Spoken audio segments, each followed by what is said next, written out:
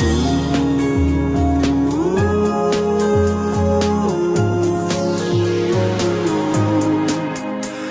na muna tayo sa sarili nating mundo, kung saan di magulo, pag-ibig ang napapatok.